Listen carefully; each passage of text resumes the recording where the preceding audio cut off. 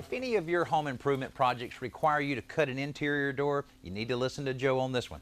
Well, in this case, Danny, we're cutting an interior closet door, which is a hollow core door, which means that the interior of the door is hollow and it has a wooden frame that runs around the perimeter.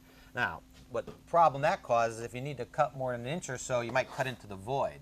So in this case, we're only cutting 5/8 of an inch, so it's not a problem. Any more, you'd want to take a little off the top and the bottom of the door to avoid cutting into that void. Okay. Now, another problem is with these doors, they splinter really easily because they have a veneer face on each surface. So to prevent it from splintering as I cut it, I first use a razor knife to score the cut line, cutting through just the veneer.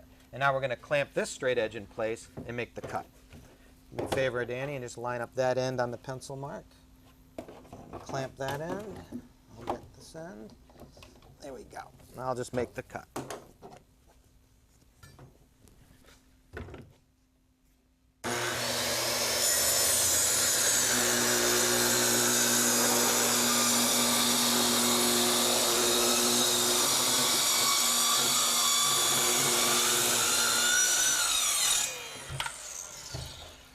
After that, all you need to do is take sandpaper, sand it off a bit, and don't forget to polyurethane or paint the bottom of the door.